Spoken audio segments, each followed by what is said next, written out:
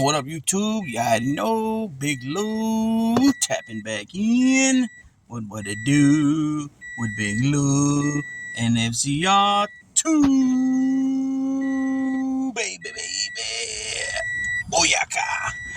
So this is going to be a very short video, this one here, but I have a couple, another video or two that I'm going to drop today as well, trying to catch back up from my MIA days, missing in action. When, like I had mentioned, there's a lot of stuff going on right now.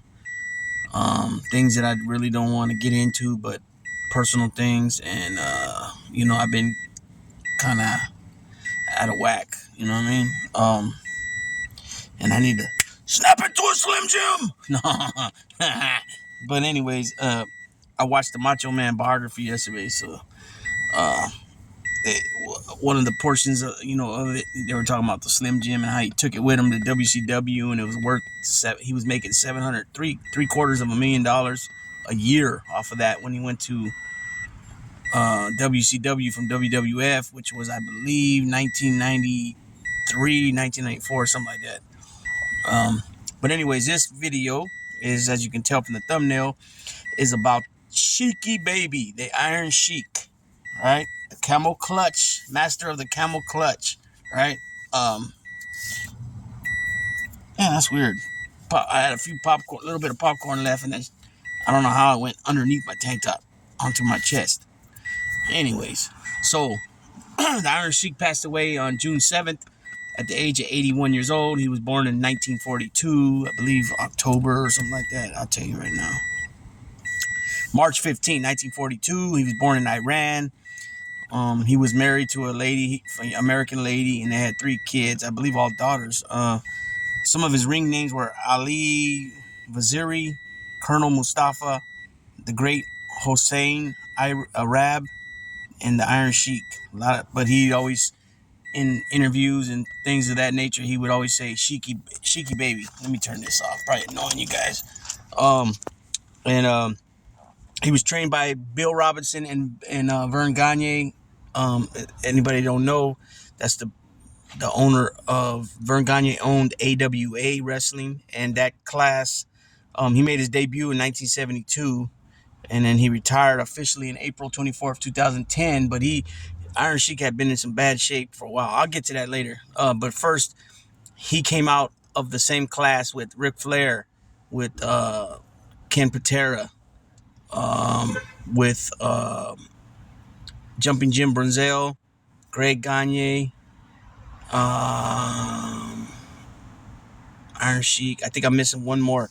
But originally the class was well over 100 guys, and only 6 or 7 made it to become wrestlers. And out of those 6 or 7, they're all of them but one is like made big waves in wrestling. They accomplished a lot. Iron Sheik was WWF champion. Everybody knows Ric Flair. Ken Patera had a lot of success. I'm not sure if he had any titles in the WWF. He might have held a tag team title for a minute, maybe. But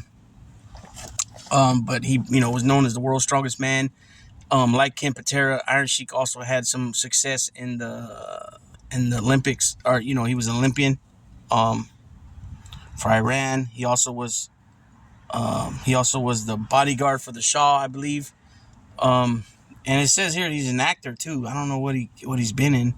But the 1971 the Greco-Roman style wrestling, he won a gold medal in the class of 180 pounds, National AAU Championship 1971. So he is responsible for dropping the strap to Hulk Hogan, and the rest is history. You know what I'm saying? Hulk Hogan, from there, I believe that was 1984,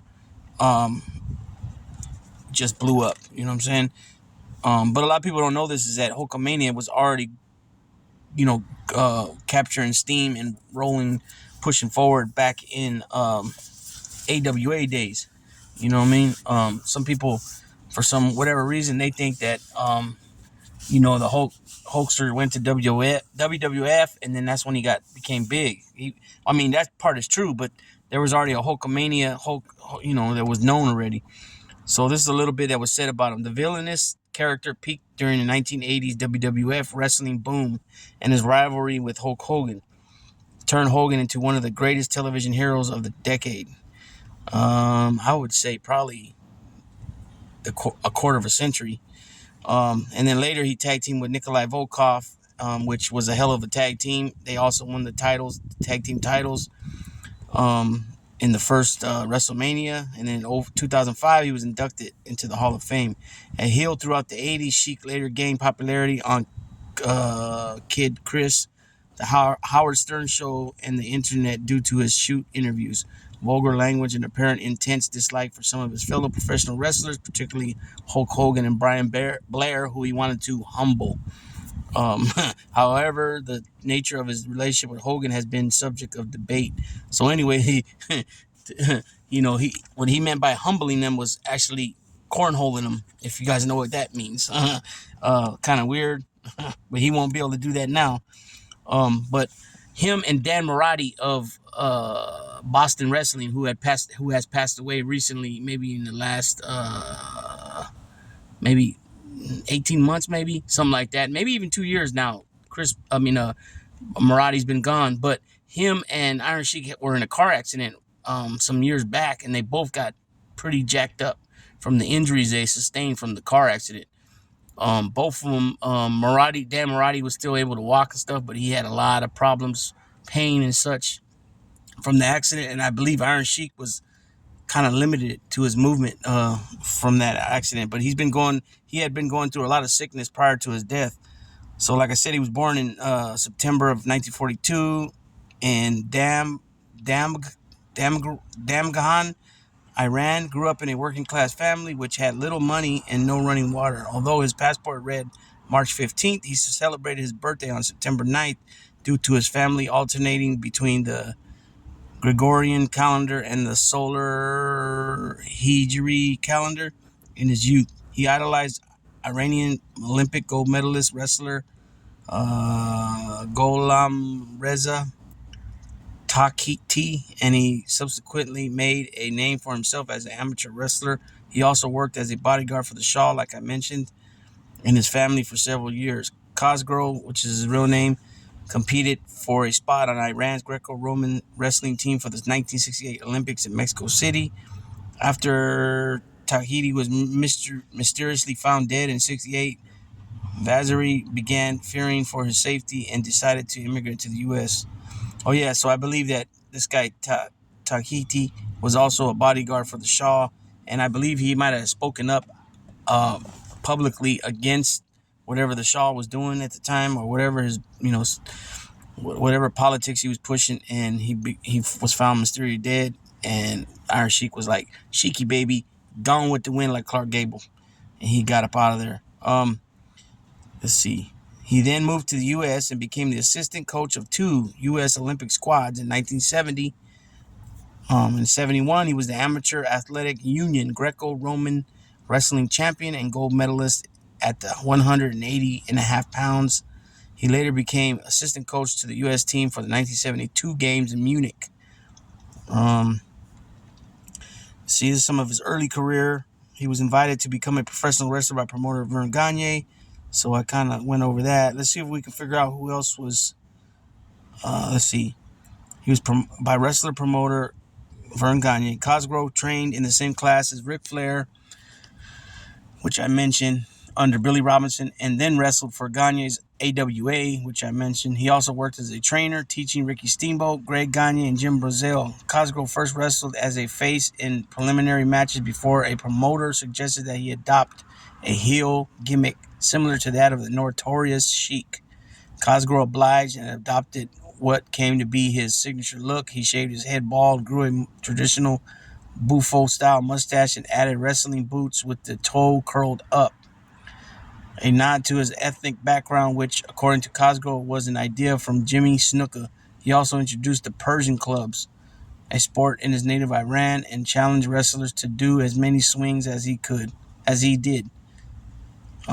His Iranian gimmick received attention due to the events of the Iranian Revolution. Yeah, so anybody that was during that time that was, Arabic, Middle East, from that area, became very big. They picked up a lot of heat too, and that goes for Skandar Akbar. Who else was around back then? Um, those two are the ones I can remember right now. So that was 71 to 79, and 79 to 80. In 79, he caught the eye of WWF, where he made his debut in 79 and won the first ever Battle Royal at Madison Square Garden, New York City. This earned him a title shot at the then champion Bob Backlund, who pinned him later that night in a 30-minute battle. He later feuded with Chief Jay Strongbow and Bruno Sammartino before leaving in 1980. 80 and 81, Jim Crockett Promotions. In April of 80, Cosgrove began wrestling for Charlotte, North Carolina-based Jim Crockett Promotions. He wrestled a handful of matches as Hussein Arab before settling on the Iron Sheik. His villainous persona played upon topical events such as the Iranian hostage crisis. He quickly began feuding with Jim Brunzell over the NWA Mid-Atlantic Heavyweight Championship, defeating him for the championship in May of 80. He successfully defended the championship in bouts with opponents including Brunzell, Sweet Ebony Diamond, and Johnny Weaver before losing to Ricky Steamboat in a Falls Count Anywhere match in April of 1980. In February of 1981, Cosgrove began feuding with Blackjack Mulligan. The two men faced one another in a series of bouts, including cage matches and Texas street fights, lasting until May 81. In July of 81, Cosgrove unsuccessfully challenged Dusty Rhodes for the NWA Heavyweight Championship. Cosgrove left Jim Crockett Promotions in August of 81. 81 and 82, he found himself in Mid-South over there with Watts. Joined the Louisiana-based Mid-South Promotions. He left the promotions in January 82, making brief returns in October of 82. Championship Wrestling from Florida in 82. He wasn't there that long. Then he went to Georgia Championship Wrestling. He was there from 82 to 83. He had a feud going with Ronnie Garvin, and then he left the following month. And then 83 through 87 and 88 returned to WWF. He was a WWF Heavyweight Champion 83 and 84. Iron Sheik returned to WWF in 83, and challenged Backlund for the WWF Championship again. Backlund accepted, and on the December 24th episode of All American Wrestling, also accepted Sheik's weekly Persian Club Challenge. He was successful in his third attempt to swing the clubs, and the Sheik immediately attacked him from behind, injuring his neck. In December 26th bout at Madison Square Garden, Backlund attempted to roll Sheik into a bridge pin, but this aggravated his weakened neck. Sheik capitalized by applying his camel clutch chin lock finisher. Backlund didn't submit, but his concerned manager threw in the towel and forfeited the championship.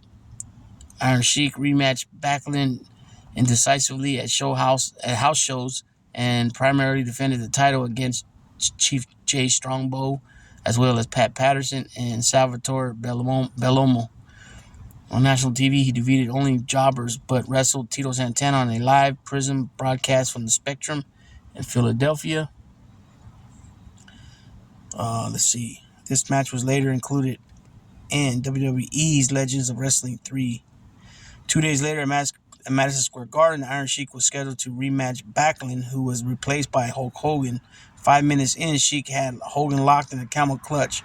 Hogan powered to his feet with Sheik still on his back, rammed him backward into the turnbuckles, and hit his atomic leg drop for the pin in the championship. According to the Iron Sheik, Gagne offered him $100,000 to break Hulk Hogan's leg during the match and return to the AWA with the WWF title, though Gagne's son Greg has disputed this claim. He then bitterly feuded with Sergeant Slaughter, winning a few matches by disqualification, but losing the rest by pinfall or submission, including a boot camp rules match. And then he tag teamed with Nikolai Volkov, which was probably the best move at that time, after becoming the WWF champion and then losing the title to Hogan. But it was him and Nikolai Volkov as partners. And I believe, who was their manager? Was it I think it was Classy Freddie Blassie, if I remember correct. Oh yeah, it says it right here. Okay, so under the management of Classy Freddie Blassie, Iron Sheik won the WWF World Tag Team Championships from the U.S. Express, which was brother-in-laws Barry Windham and Mike Rotundo at the first WrestleMania at Madison Square Garden when he knocked out Windham from behind with Blassie's cane. Part of the pair's regular entrance consisted of the waving the flags of Iran and Soviet Union, then demanding the crowd to be quiet and show respect while Volkov sang a throaty version of the Soviet national anthem. I remember this shit like it was yesterday. They wanted everybody to be quiet while he sang the national anthem. It was funny, but it fit. I mean, what they were doing with the gimmick worked. And because all the the hostility and all the the stuff which these Americans were going through over there in Iran, people seem not to forget it. Wouldn't forget about it. We're talking 4 or 5 years later. And I mean, even to this day, they still get some of that from a lot of people. You know what I mean? Let's see. He also got in heated interviews with Mean Gene by concluding with the demand, "Hey, cameraman, zoom in," as he flexed his muscles.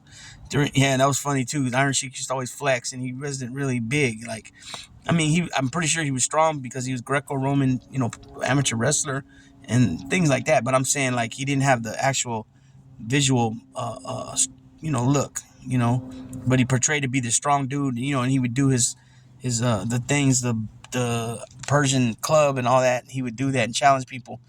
But what I'm saying is he didn't have that Hulk Hogan look or that Ivan Putski or Ultimate Warrior or Tony Atlas, Rocky Johnson, that type of look. That's what I mean. Even Jimmy Superfly Snuka and Ricky Steamboat were both successful bodybuilders. Both have won championships. I think Ricky Steamboat was Mr. North Carolina, I believe, I remember correctly. And then Jimmy Snuka was, I think he was competing in Guam. I'm not Guam, but Fiji. And I want to say he might have competed in Hawaii and stuff like that too. But these dudes were real big at one time.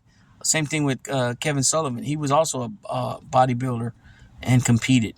By the time these guys started wrestling, when they started becoming big, because a lot of these guys had careers already, 5, 6, 7, 10 years in other promotions. But when they hit WWF, now they got the worldwide, more of the nation exposure as far as the United States and beyond, where a lot of these other territories and promotions pretty much only aired in their areas. You know what I'm saying?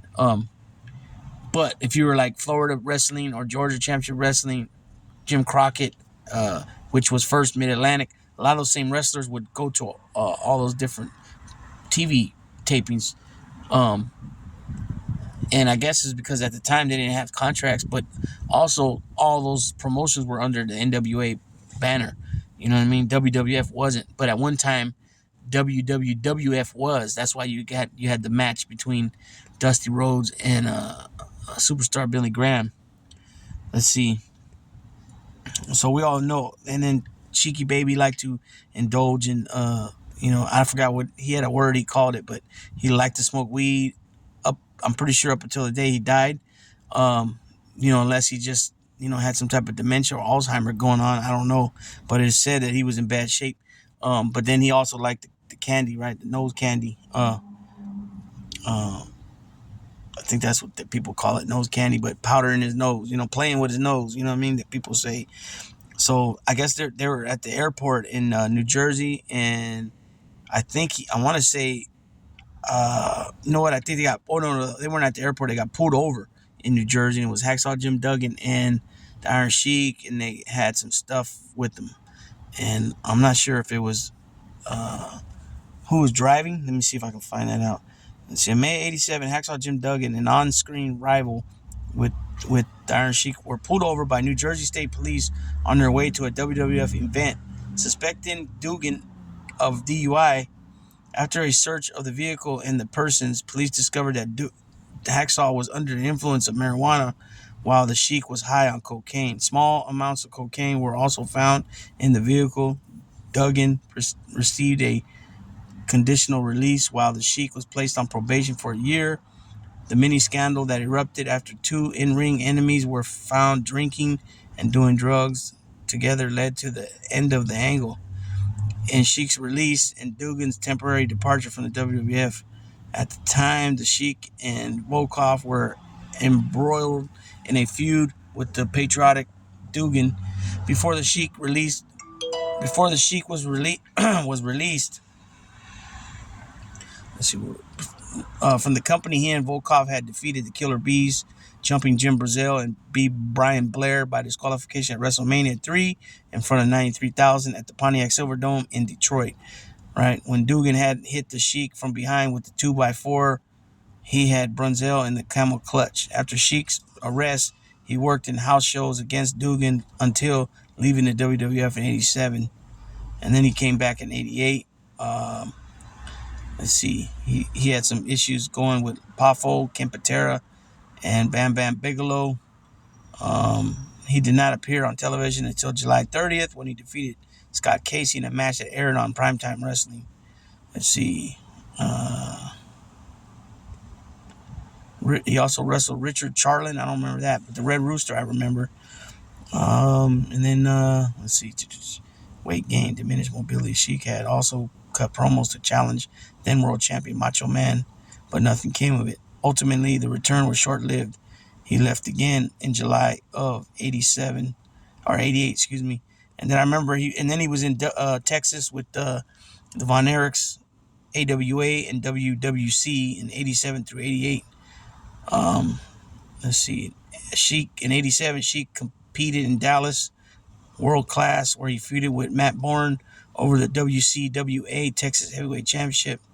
He stayed with that organization only for a few months, followed by a brief stint with the AWA, where he attacked Sergeant Slaughter during a match in Puerto Rico's WWC, in addition to reigniting his feud with Sergeant Slaughter and teaming with Colonel De Beers. His main opponent during the time period was Tony Atlas, with whom he feuded with in both World Class and WWC.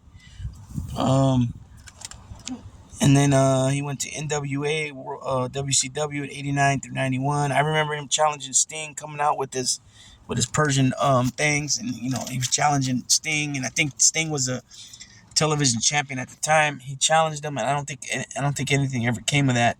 And then I don't even really remember him wrestling a whole lot there. But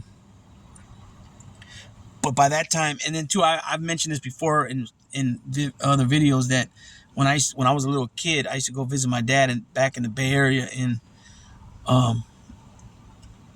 he had it all set up for me where he said, okay, hit this button, and I was always watching Jim Crockett Promotion, which, like I mentioned before, I always thought that Jim Crockett Promotion was considered NWA, but no, what happened was, like I've mentioned even in this video, that them, Georgia, Florida, World Class, Japan, Australia, different places were up under the NWA umbrella. So I figured all that out. And my dad would say, "Okay, hit this button at this time on this day, and it'll be AWA."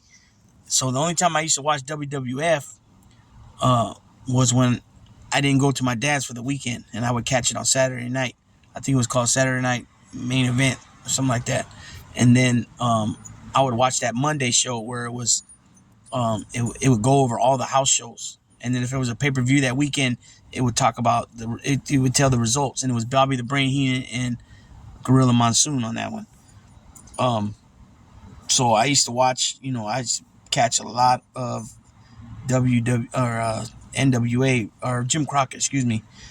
And I don't remember seeing him too much, other than when he came out challenging Sting.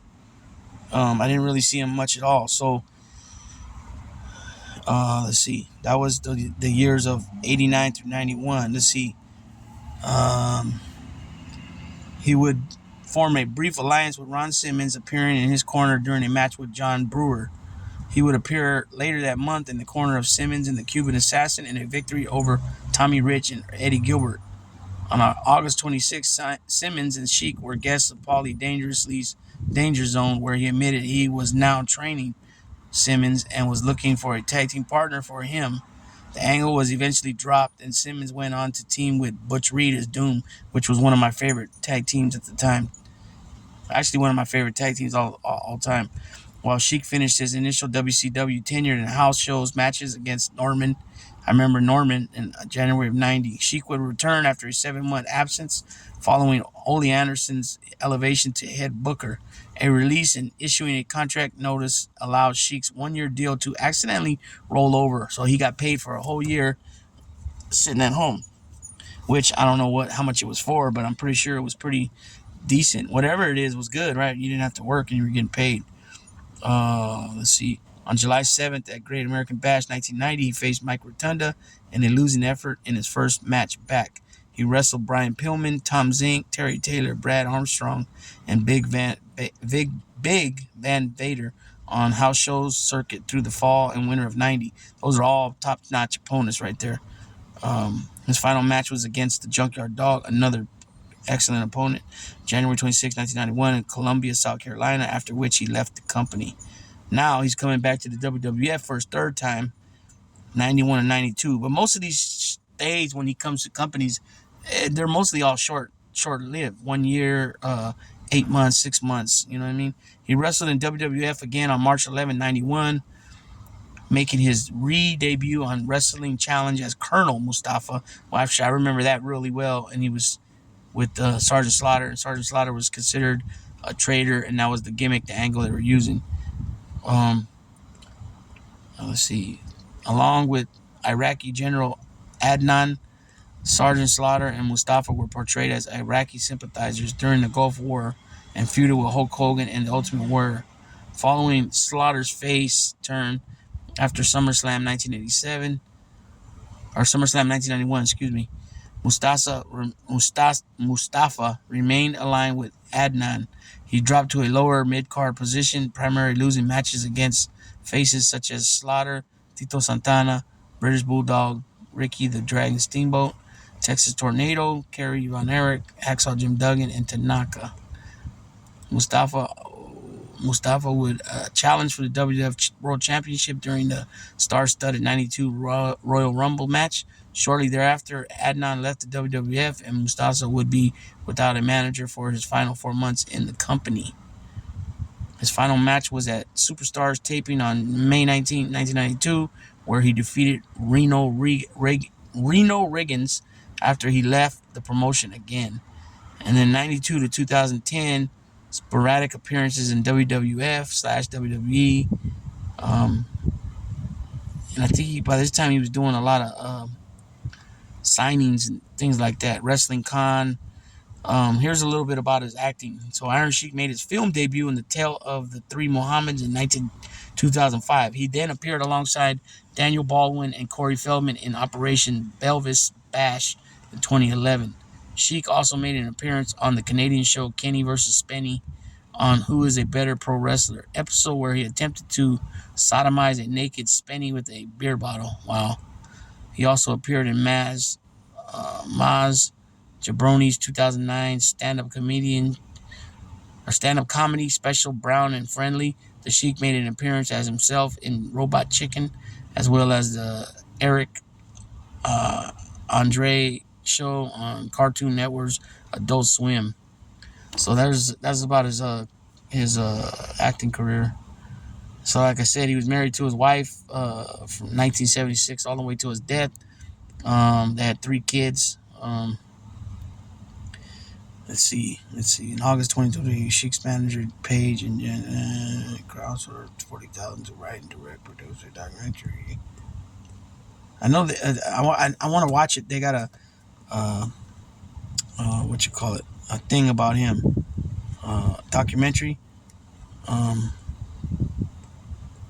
They got a documentary about him. I would like to watch that. Damn, this video is a lot longer than I thought it was going to be. I thought it was only going to be a couple minutes. So here's some of his championships and accomplishments. So he won the All-California Championship Wrestling Heavyweight title twice. ACCW, never heard of that one. Century Wrestling Alliance, CWA Heavyweight Championship 1 time. George Tago's Luthez Professional Wrestling Hall of Fame, class of 2016. Georgia Championship Wrestling, the TV title once. The International Association of Wrestling, IAW Heavyweight Championship once. The Tag Team Championship 3 times with Brian Costello.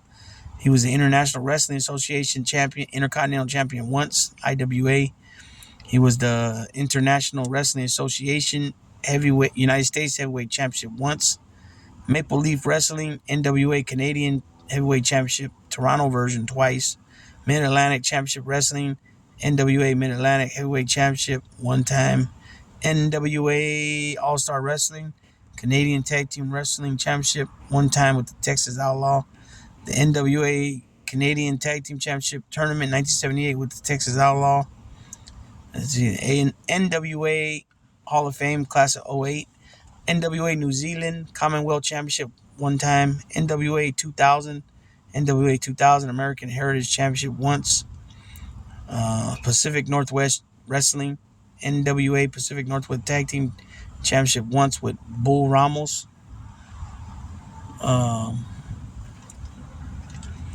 Let's see. PWI ranked him number 96 of 100 best tag teams of the PWI years with Nikolai Volkov in 03. WWF World Heavyweight Champion once. WWF Tag Team Championship once with Nikolai Volkov, and the WWE Hall of Fame Class of 2005. Most Underrated Wrestler 1980 Wrestling Observer Newsletter. So that probably was, what's his name? Dave Meltzer. So there you go. That's a little bit about the Iron Sheik. R.I.P. Iron Sheik. R.I.P. To him. Definitely left, however you look at him, as a comedian, funny, asshole, arrogant, whatever. Nonetheless, he passed. He had a family. I'm sure his wife and kids loved him dearly, and whatever family he still has around. This man came up through, real hardship that most of us don't know what it's about. Third world country, that type of things where you're told what to do. Your life's ran by the government, that type of thing. And he came here and made it. You know what I mean? It is what it is. So, nonetheless, like I said, R.I.P. Iron Sheik, Sheiky baby. You know what I mean? You weren't able to humble those guys you wanted to, but rest in peace, man. And hope all his family can, take this, this tragic thing that happened, with their father and husband, and are able to continue their life, on a good note. And his passing doesn't, how would I say it? His passing doesn't affect their life from going forward. You know what I mean? Because the fact is that he had been sick for a while.